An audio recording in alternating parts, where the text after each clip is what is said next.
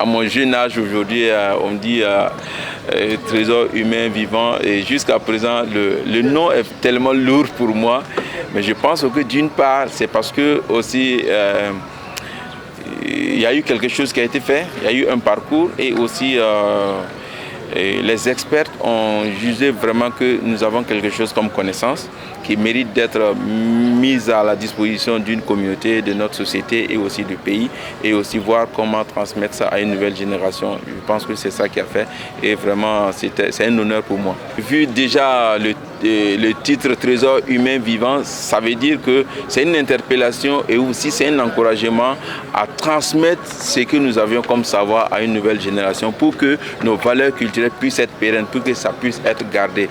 Donc je pense que le thème, il est vraiment évoquant, c'est vraiment un thème bien réfléchi qui est venu vraiment au bon moment dans ce temps aussi que qui traverse notre pays.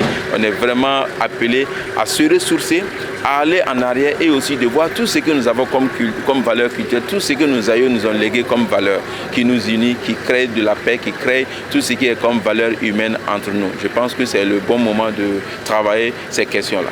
La culture, vous voyez, quand vous voyez déjà autour de la Semaine nationale de la culture, nous ne rentrons même pas dans les familles, dans les cultures et dans les grosses familles où les valeurs culturelles qui sont des facteurs d'union, de cohésion et de tolérance.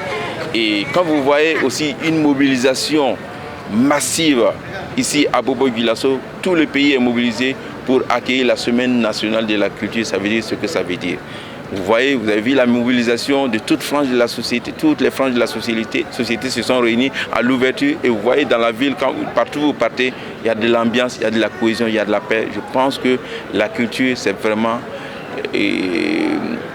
un moyen très très très très fort pour travailler à consolider la paix. Moi, je pense que d'abord la prise de conscience et la nécessité de savoir que la nouvelle génération doit bénéficier de ce que nous avions pour les transmettre. Moi, je pense que si nous avons la conscience, si nous savions déjà qu'il faut faire ça, et ça va nous amener déjà à réfléchir et à créer des opportunités, que ce soit à travers des rencontres, à travers des échanges, à travers des programmes de formation, nous pouvons transmettre des valeurs à cette nouvelle génération qui va prendre le flambeau. Et en tant que trésor humain, et ce chapeau, il est venu trouver que nous faisons déjà quelque chose, mais c'est une interpellation d'aller encore plus loin et de puiser encore au fond de nous pour donner le meilleur de nous. Et je m'inscris dans cette dynamique fortement parce que c'est un honneur, c'est une charge et il faut qu'on relève le défi. Moi déjà, à travers tout ce que je fais en ce qui concerne, parce que tous mes projets déjà, depuis plus de 20 ans, tout ce que je fais comme projet, pour moi, un projet est la solution à un problème. Donc chaque projet que je mets en marche, j'essaie d'identifier un problème, les maux de la société, comment nous pouvons traiter cette question. Et c'est ça qui m'a amené aujourd'hui à travailler avec un public handicapé qui était d'une part ou d'une autre oublié, qui sont dévalorisés en ce que je voyais, pour essayer de voir comment à travers la culture nous pouvons rappeler, conscientiser, interpeller cette jeunesse, la société et aussi les décideurs politiques qu'il y a aussi quelque chose à faire pour l'insertion socio-culturelle, économique des personnes vivant avec un handicap. Mais on ne s'arrête pas là parce qu'on ne travaille pas seulement qu'avec les personnes handicapées. Nous mettons toujours ces deux publics ensemble. Parce que tout va ensemble. Parce que c'est le milieu, l'espace qui rend l'homme handicapé. Sinon, tout le monde est handicapé d'une part. C'est des missions que je fais déjà. Et aussi, dans mes projets de création, moi, je ne crée